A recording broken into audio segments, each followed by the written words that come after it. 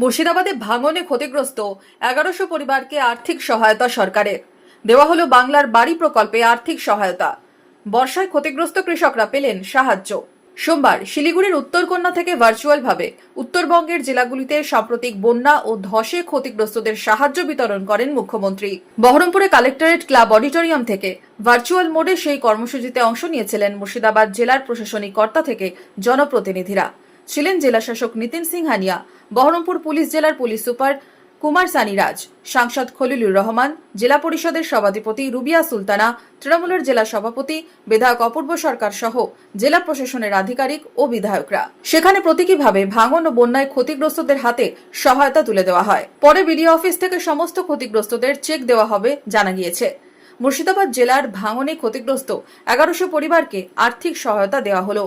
বহরমপুরে তৃণমূল জেলা অফিসে সাংবাদিক সম্মেলন করে কি জানালেন জঙ্গিপুরের সাংসদ খলিলুর রহমান। আমাদের মুর্শিদাবাদ জেলার কয়েকটা ব্লক আমরা ভাঙনের কবলিত আর কি, বিশেষ করে ফারাক্কা, শামসেরগঞ্জ, কিছুটা সুতির অংশ, কিছুটা রঘুনাথগঞ্জ 2 ব্লক এবং পদ্মা ভাঙনে আমাদের লালগোলা আর কি। এই মুহূর্তে যে সমস্ত ভাঙন হয়েছে আর কি, তাতে আমরা দেখতে পেয়েছি কি আজকে 1100 পরিবারকে, যারা গৃহহারা হয়েছেন, তেনাদেরকে সেই আবাস বাংলার বাড়ি প্রকল্পে 1100 পরিবারকে একটা আর্থিক সহায়তা দিয়েছেন। যেটা ফুললি ড্যামেজ, সেখানে 1,20,000, তার অর্ধেক টাকা এই মুহূর্তে তিনি দিয়েছেন প্রথম কিস্তি হিসেবে। কাজটা শুরু হলে বাকি দ্বিতীয় কিস্তি টাকাটাও চলে আসবে। ঠিক পার্টলি যেটা ড্যামেজ, সেই ক্ষেত্রেও আমরা 70,000 টাকা করে পরিবারকে দেওয়া হচ্ছে। সেখানেও তার অর্ধেক টাকা আজকে সে সমস্ত দুর্গত পরিবারদের, ক্ষতিগ্রস্ত পরিবারদের হাতে তুলে দেওয়া হচ্ছে। এদিন সাংবাদিক সম্মেলন থেকে বিজেপির বঞ্চনার বিরুদ্ধে সরব হয়েছেন বহরমপুর মুর্শিদাবাদ জেলা তৃণমূলের সভাপতি অপূর্ব সরকার। মুখ্যমন্ত্রীর প্রতি কৃতজ্ঞতা প্রকাশ করেন তিনি। কি বললেন?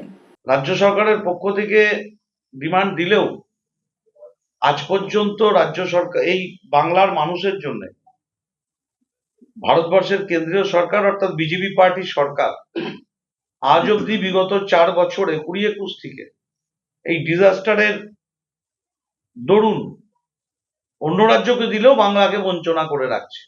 মুখ্যমন্ত্রী নিজে দাঁড়িয়ে থেকে এই বাংলার মানুষের টাকা, সরকারের টাকা, সেই টাকা দিয়ে কিন্তু তিনি আজ ঘরের জন্য টাকা দিচ্ছেন, চাষিদের পাশে দাঁড়াচ্ছেন, চা বাগানের বাচ্চাদের জন্য দাঁড়াচ্ছেন, মানুষের কাজ করার জন্য তৃণমূল সরকার, আর বাংলাকে বঞ্চনা করার জন্য বিজেপির সরকার, বিজেপির নেতারা।